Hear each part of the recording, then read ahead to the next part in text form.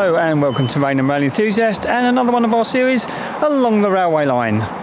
To find out where I am today, here's John with the railway map.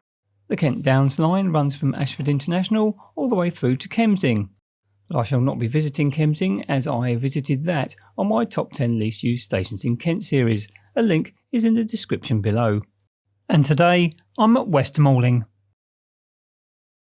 Opened as Malling in 1874, the station has a fairly unique design for the period. A red brick station building was placed on the London-bound side and has rather elegant gables. It is 2 stories high, and the canopies mirrored that of the ones at Borough Green. The waiting shelters were very fine indeed, fully glazed and heated with a coal fire. After the line was doubled in 1882, the station gained a signal box, which was put in a unique position next to the waiting shelter on the Ashford-bound platform. Crossing the line was achieved via a foot crossing until 1910, when a footbridge was placed at the east end of the platforms. A goods yard was to be found behind the London-bound side and consisted of a dock and siding which went through a small goods shed. This would later be expanded to facilitate 2 sidings leading to coal stores. The line was electrified in 1939 and with it an increase in services. In 1949 the name was changed to West Malling to finally align it with the station East Malling, which is just over a mile east away. Goods traffic ended in 1964 and from then on the station started to decline. Unfortunately the waiting shelter was demolished in 1974, being replaced by a much inferior modern one.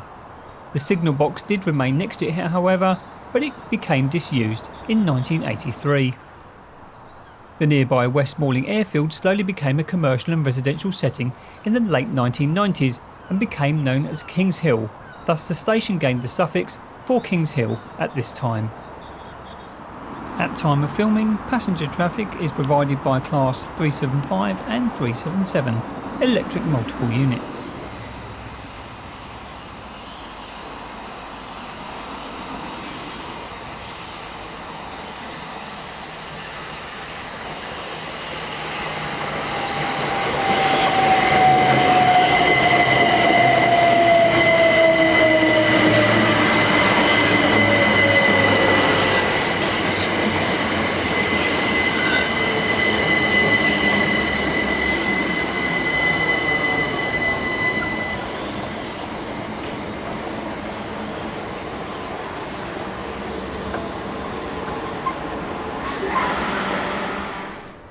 And starting our tour of the station, just outside the car park you will see a bike rack.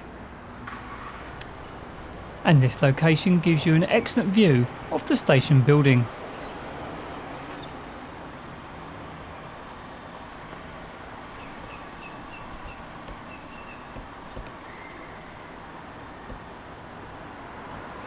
On the wall near the telephone kiosk you will find this blue plaque dedicated to George Orwell. And on the far side you will see the onward travel information board as well as an assistance point.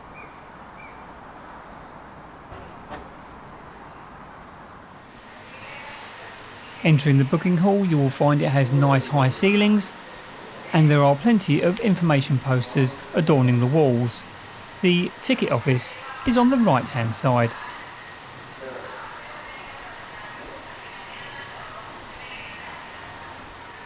One of these notices is a platform information board.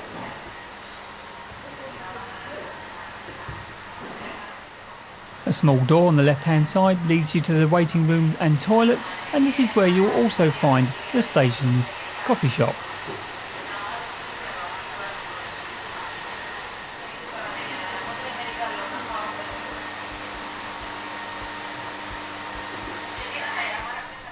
Moving out onto the platform you get to see the excellent canopy with its original structure.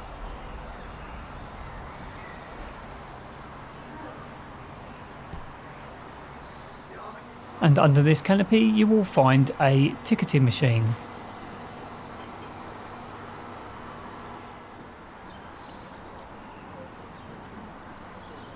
As you can see, various posters adorn the wall of the station building, as well as this information about the way out and buses to Kings Hill.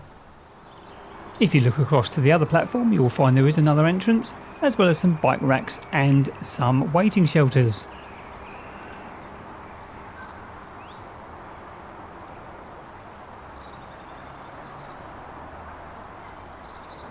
Let's now move over onto that platform.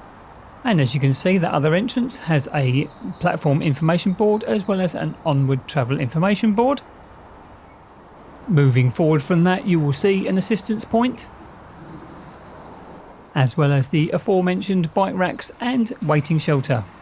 There is also a nice old milepost here. Further down the platform, you will find another electronic ticketing machine.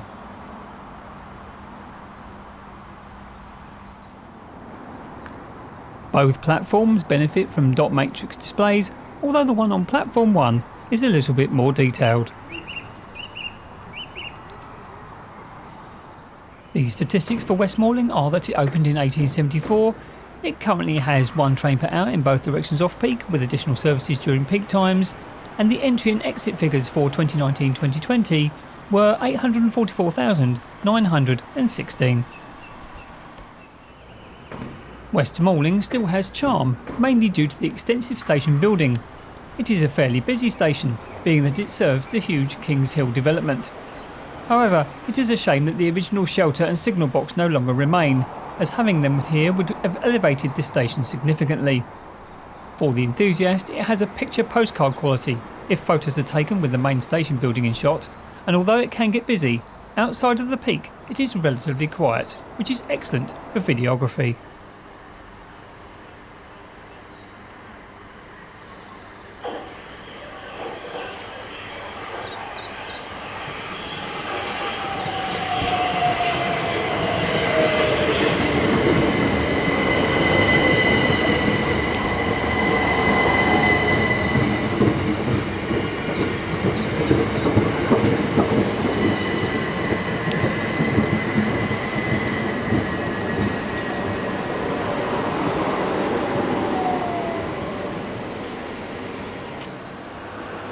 If you enjoyed this video, then please like, comment and subscribe.